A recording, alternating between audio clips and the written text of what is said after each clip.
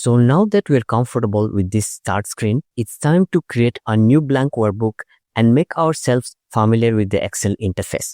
I'm on the start screen and I've clicked on home. If I want to create a blank workbook, I can select blank workbook from here. Alternatively, I can go to new and click on blank workbook from there as well. As soon as I click it, Excel loads up the workbook, and the first thing you'll notice with Excel 2021 is that we have a lovely shiny new interface. This definitely has a much more modern look and feel compared to some of the older versions of Excel. For example, we now have these curved corners and the icons have been slightly refined, so everything just looks much more modern. Now that we have a blank Excel workbook open on the main screen, let's take a look at the interface so we understand what we're looking at. Let's start at the very top of the screen with this green bar. This is what we call the title bar, and among other things, this bar shows the title of your document. Currently, I haven't saved this file, so the title is just the generic default file name that Excel gives to new workbooks. That's normally book 1, book 2, book 3, something along those lines. My file name is currently book 1. When I save this file, the title bar will update to display the new name. To the left of the title, we have several small icons. This is called the Quick Access Toolbar. We'll dedicate an entire lesson to this later on, where we'll learn how to customize it to suit our needs. Moving across to the middle of the title bar, we have a search bar. Notice that there's also a keyboard shortcut for this search bar, Alt and Q. From here, we can search for pretty much anything in Excel. All the way over on the right hand side, you'll see your account information. Next to that, you'll find the minimize button, which minimizes Excel down into the taskbar.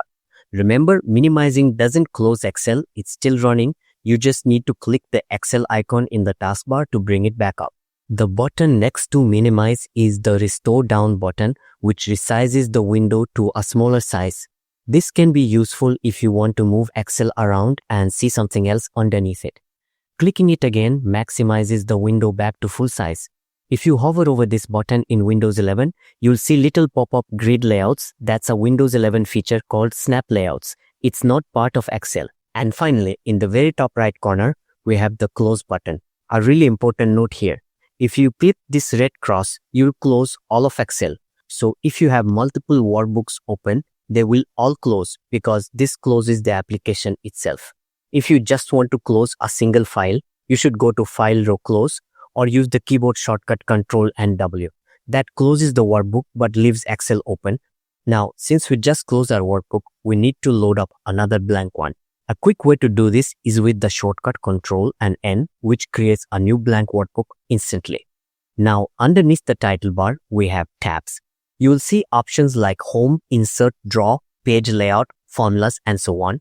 Each of these tabs opens up a ribbon, which is the area where you'll find related commands and tools. The Home tab contains the tools you'll use most frequently: cut, copy, paste, format, painter, alignment, number formatting, and so on. The Insert tab is where you'll find things you can insert into your spreadsheet: pictures, shapes, charts, links, text boxes, and symbols. The Page Layout tab lets you control the layout of your workbook. You can apply themes, change margins, adjust orientation, landscape or portrait, add background images, turn grid lines off on, and align objects. The Formulas tab gives you access to Excel's formula library. Formulas are the backbone of Excel. They're what make Excel powerful for calculations. We'll spend a lot of time here later. The Data tab is where you connect to external data sources, import data, sort, filter, remove duplicates, and perform data analysis. The Review tab is typically used at the end of your work. Here you can spell check, add comments, and protect your worksheet or workbook. The View tab lets you control how you view your workbook. By default, you're in normal view, but you can switch views, zoom in and out, create new windows, arrange them, or switch between open workbooks. Now, you might see some extra tabs that aren't always on by default. The Developer tab contains advanced tools like macros and VBA. The Power Pivot tab, an add-in for advanced data modeling. Since this is a beginner's course, we don't need, so I'll quickly turn them off. To do this, go to File, Launch Options, Customize ribbon, and then deselect Developer and Power Pivot.